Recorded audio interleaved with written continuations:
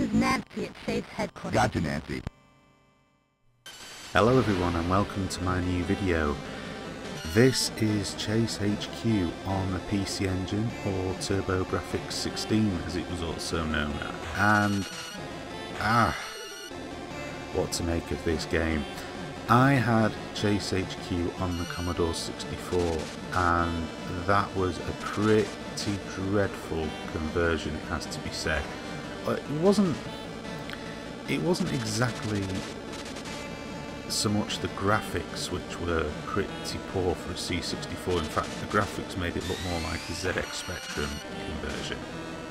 It was the playability, and in some respects I feel the same with the PC Engine version. Now, the weird thing is, I never played this in the arcade, and in fact I never have played the arcade version of it. So I really don't know whether this is a hereditary thing from the arcade, or whether it really just is my misfortune coming across two pretty poor arcade conversions of it. But it just seems to have a very, very frustrating gameplay flaw in it, in that, yeah, you have to catch up to the target vehicle and you have a limited amount of time to do it, and I do mean limited as well. Now, in fairness, this does reset somewhat when you get to the target vehicle, but then then you've got to start sort of doing the same game again, but this time clobbering the target vehicle, which, you know, makes you bounce a bit, and then you can hit the other cars and the target vehicle can bugger off, and then you have to try and catch it up again. I mean, as you can see, I have smacked the target vehicle a number of times and it was on fire, but that still apparently isn't enough.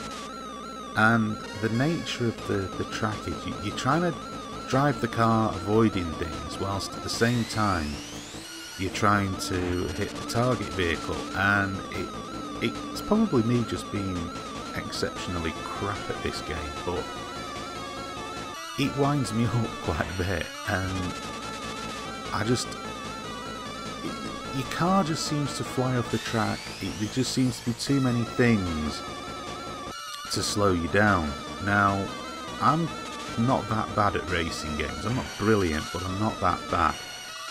And I would have thought that I'd have been pretty able for getting past the first couple of levels in this without having to resort to the continue button, but continue using one of the continues up. But in this, I couldn't even get past the first level. And like I say, am I being completely rubbish? Was this a well-renowned, phenomenally difficult game? I don't know. It just doesn't seem to give you much of a chance, and I'm sure there are people out there who, you know, can play this game and do a hell of a lot better than me. But for the first level, in the arcades I can understand it to some extent, because they're designed purposefully to swallow up your money.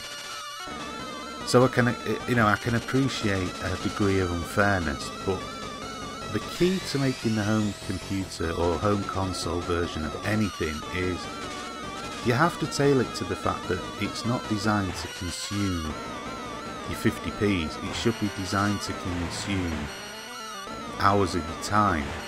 If you make it exceptionally frustrating to do and make it too much like the arcade in the sense of how it plays, then people just aren't going to bother with it. I mean, it requires a huge amount of...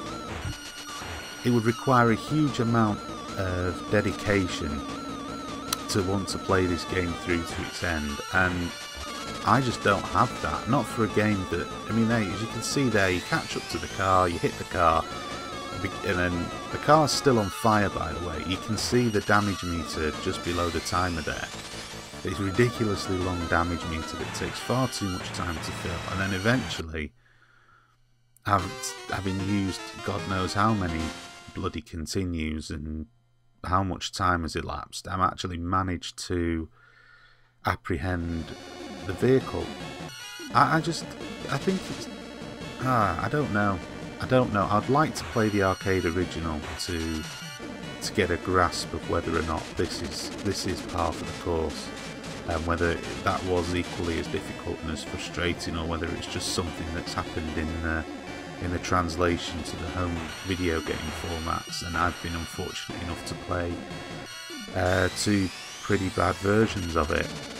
I don't really want to say that this is a bad version because I don't know. I don't have a basis of comparison, but it is frustrating and I'm not overly keen on it. I think that irrespective of its source, gaming itself should lend itself to being more playable than this.